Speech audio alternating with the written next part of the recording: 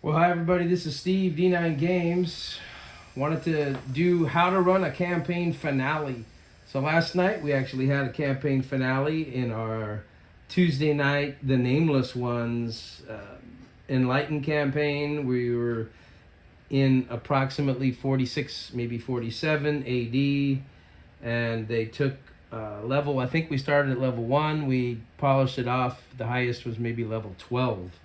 So the first thing for how to run a campaign finale, and a lot of this is based on what I did wrong last night, so hopefully I give you better than I give myself. The first thing is a visual. So when I started last night, I had more of a blank slate out there, and I knew going in subconsciously that I probably shouldn't have done that, but I went with it because I thought I had a lot of preliminary work to do before the final battle.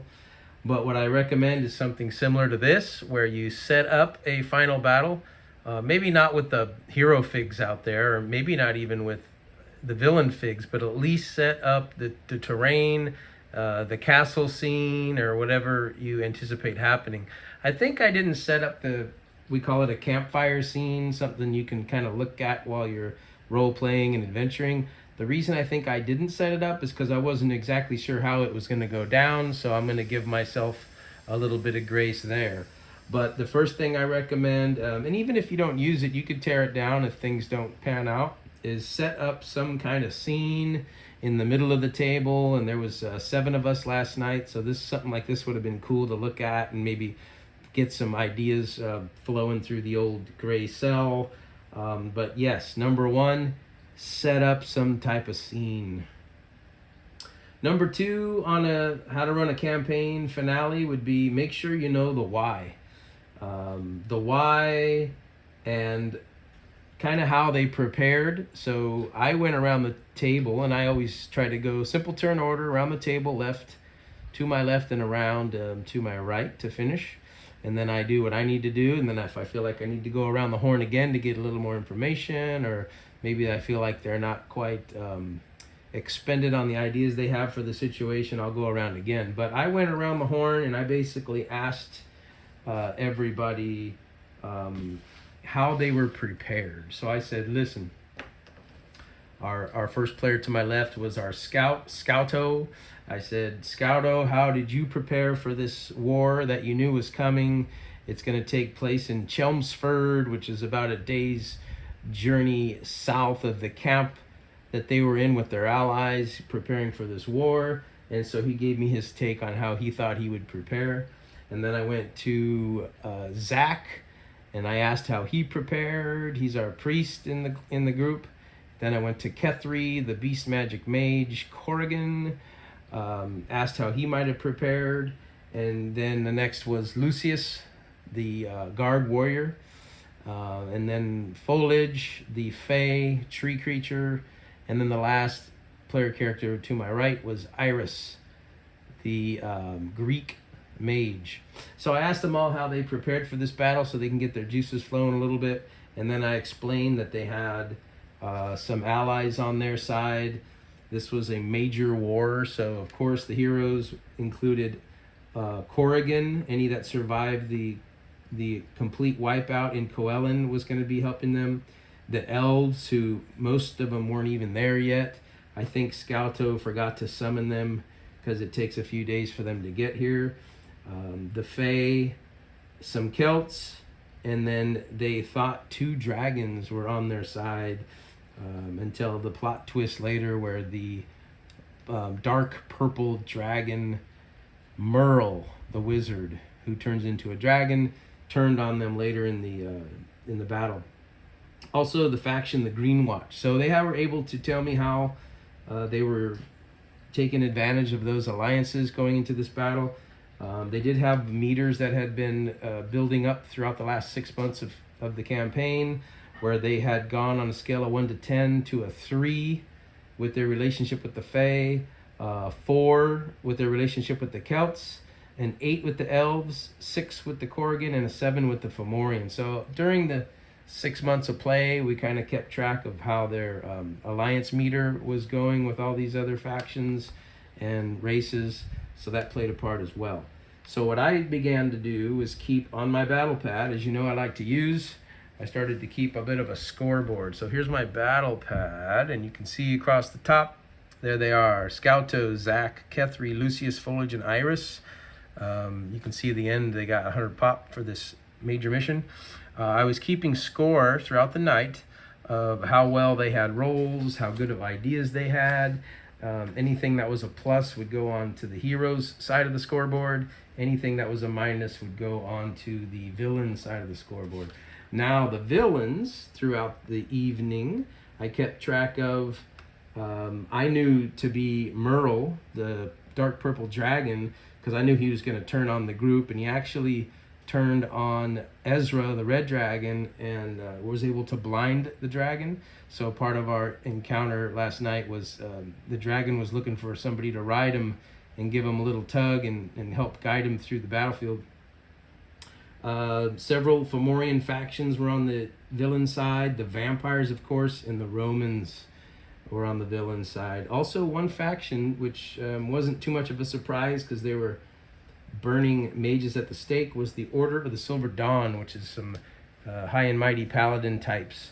So that's what I did throughout the night, is kept score as they were rolling through. The first thing we decided to do is run phases. So I had 4 different phases of battle troops going into battle at this castle in Chelmsford. I believe the first phase, I have my battle pad here. The first phase were Merle, when they thought he was on their side. He took a lot of the Celts with him, and they went in first to kind of feel out the waters.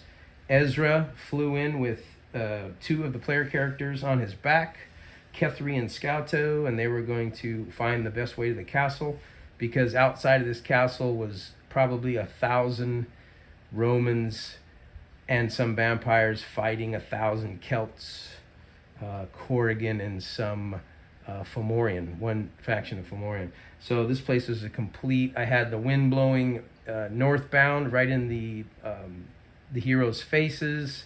So the first skill challenge, I ran 3 rounds of strength checks, or in our game it's called physical checks. So they ran physical checks. Any pluses went on to the heroes side of the scoreboard. Any minuses went on the villain side of the scoreboard. So I kind of said, let's do this first part, if you will, of the evening after we did our chatting about our plans, was a skill challenge. So I did 3 checks on physical, 3 checks on coordination, and 3 checks on mental. And so the physical was just a matter of wading through the battle to get to the castle. The wind and the dust was blown up in their face. And then the next 3 rounds, which was coordination, I said the battlefield started to become difficult terrain with bodies everywhere.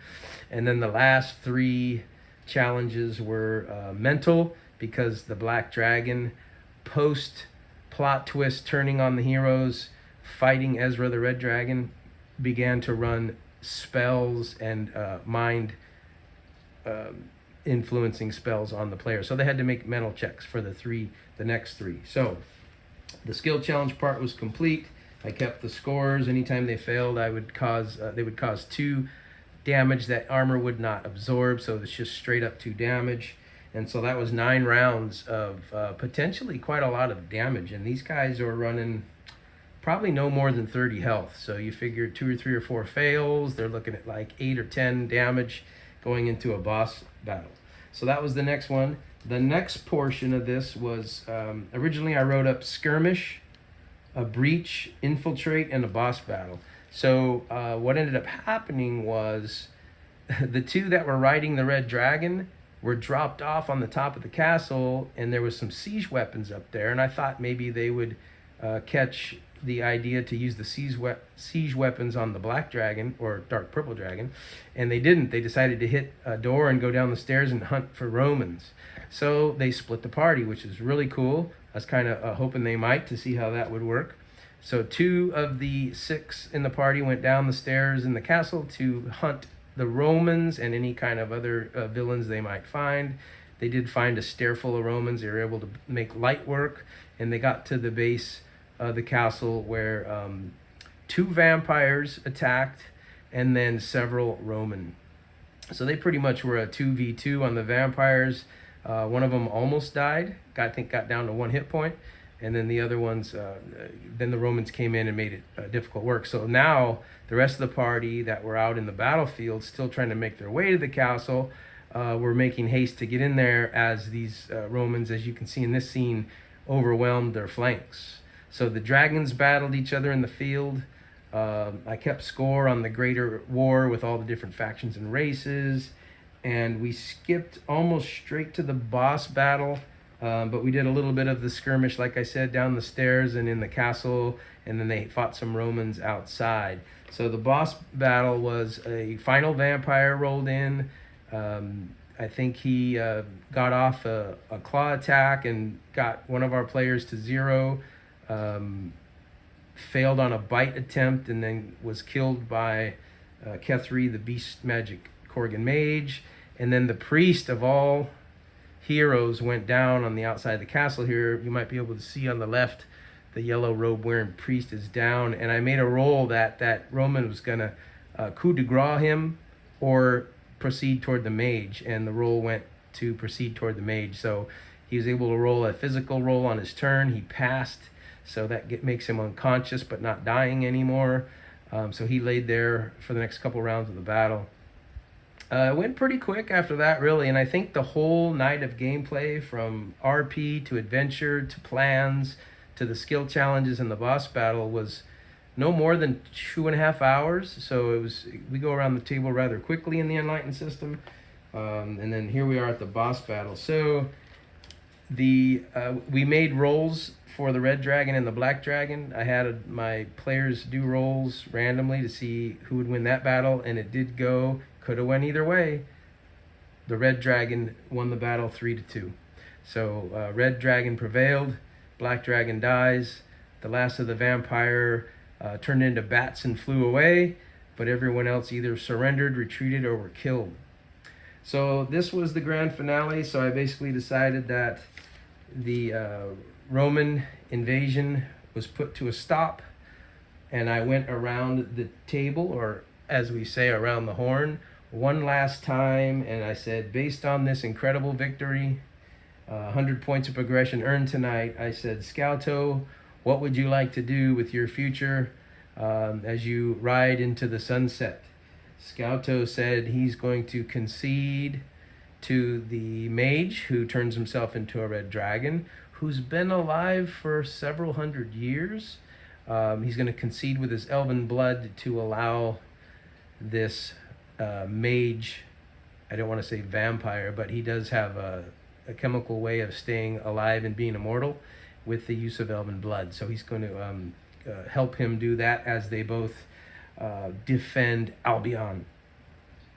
The Korrigan priest, who was unconscious, and then by the end of the battle he was able to kind of come to after a rest and immediately heal everybody that was down to either 1 or 2 hit points.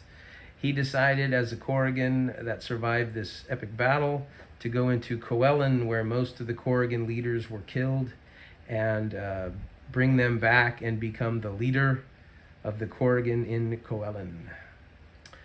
The beast mage Korrigan Kethri decided to join Scouto and Ezra to defend Albion with his beast magic, and he still has hatred for the Romans, and I would assume anybody who tries to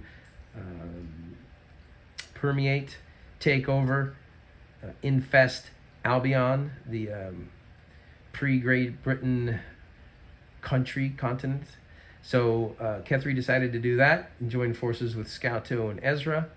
Lucius took a drink of the orange elixir, the taboo, which is what Ezra had done to become immortal. They're the only two in the game to do that, and he renamed himself Van Helsing and said he was going to continue to hunt vampires for all eternity.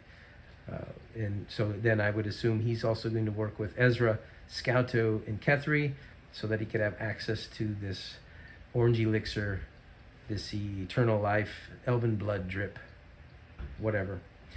Foliage, our fey creature, tree creature, decided to plant himself out in a beautiful forest and one day become a great treant And so there's yet another NPC for my future campaigns. As this one ends, I gain all these incredible NPCs for my future gameplay. Iris retreated to Brightwood, a town in Albion that is mostly Greeks like herself, and she's a mage going to build a tower there. The head mage had died previously from other encounters, and she's going to become the head mage in Brightwood. So that's how I did the grand finale campaign. I start with the why is this all going down? Do you guys all have a plan? I did some skill challenges, continued to go around the horn all night long, ran some battles leading up to the boss battle. And of course, I'm describing the vibe based on who's winning. I said at one point, you guys have a feeling that you're overwhelming the enemy, and then the enemy would take the scoreboard for a little while. And I said, a feeling of dread has come over you. The winds have picked up, and you know the enemy is growing stronger. And so during all this, I would go back and forth with some description. I threw in the plot twist of Merle, the mage dragon, turning on the heroes and battling Ezra. And then, of course, the final scoreboard was the heroes win, the final decision of victory, and they went around the horn with their plans of their future in Albion and riding into the sunset. So that's how I orchestrated about a 6 or 7 part grand finale to the campaign. We had a great time. I had a great time. And based on the simple prep and bullet points that I always teach and use, I felt that that was a bonus to my fun as well, because I really didn't know what was going to happen throughout the night for the most part. So that's it. That's all I have for how to run a campaign finale. Hope everybody got something cool out of that or enjoyed. Until next time, peace.